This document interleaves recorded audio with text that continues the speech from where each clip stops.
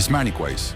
لو انت فاتح الفيديو ده دلوقتي فده معناه انك زهقت من مكانك، زهقت من الفقر، من الظروف، من الناس اللي بتقلل منك، وجاي تدور على طريق يخليك غني ناجح واقف على رجلك.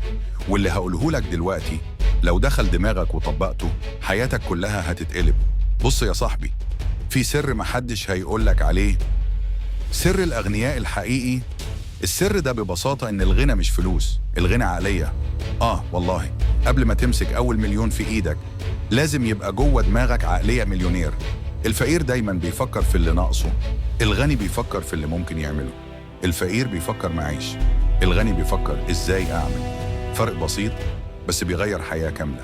لو عايز تبقى غني، أول خطوة ابطل تفكر تفكير الفقرة، ابطل تشتكي، ابطل تلوم الظروف، ابطل تقول مفيش فرص. الفرص حوالينا في كل مكان، لكن مش أي حد شايفها. اللي شايفها هو اللي مستعد يشوف. الناس اللي طلعت من تحت الصفر ونجحت مش كانوا محظوظين، لا، كانوا شايفين إن في حل مهما الدنيا قفلت.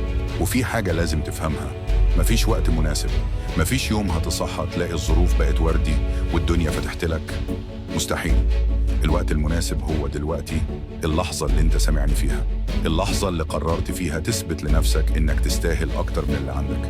وعلشان تبقى غني بجد لازم تعرف ان الثراء مش صدفة، الغنى خطة واضحة بخطوات، مش يوم شغال ويومين نايم. فاسمعني في ال3 خطوات دول كويس. اول خطوة، يكون عندك مصدر دخل ثابت. اشتغل، وظف وقتك، افتح تجارة صغيرة، المهم يكون عندك حاجة بتجيب فلوس بشكل مستمر. تاني خطوة، يكون عندك مصدر دخل متغير، حاجة اللي تشتغل فيها تكسب، ما تشتغلش ما تكسبش. بيع، خدمات، بيزنس، تصميم، تجارة، أي حاجة تخليك تكسب أكتر لما تشتغل أكتر. تالت خطوة، استثمر. حتى لو 100 جنيه، حتى لو مبلغ صغير. الاستثمار هو اللي بيكبر فلوسك، هو اللي بيخلي القرش يبقى 10 وال10 تبقى 1000 وال1000 تبقى مليون. اللي بيقولك ما تستثمرش لحد ما معاك كتير ده واحد مش فاهم. الأغنياء استثمروا وهم قليل علشان يبقوا كتير. بس خليني أقولك أهم نقطة، مفيش غنى من غير تغيير عادات. لو بتصحى متأخر، لو بتضيع وقتك، لو بتاكل وتشرب وتنام وتقول بكره، صدقني عمرك ما هتبقى غني. الأغنياء بيعملوا اللي الفقراء مش قادرين يعملوه. يصحى بدري، يتعلم، يشتغل، يحاول، يغلط، يرجع، يقف، يكمل.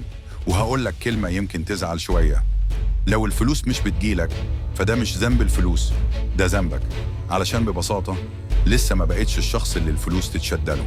لكن أول ما تتغير، أول ما دماغك تتغير، شخصيتك تتغير، عاداتك تتغير، الفلوس هتجري وراك جري. ركز معايا، الغنى مش قصة عربية فخمة ولا بيت كبير. الغنى الحقيقي إنك تبقى حر، حر من الخوف، حر من الديون، حر من إنك تمد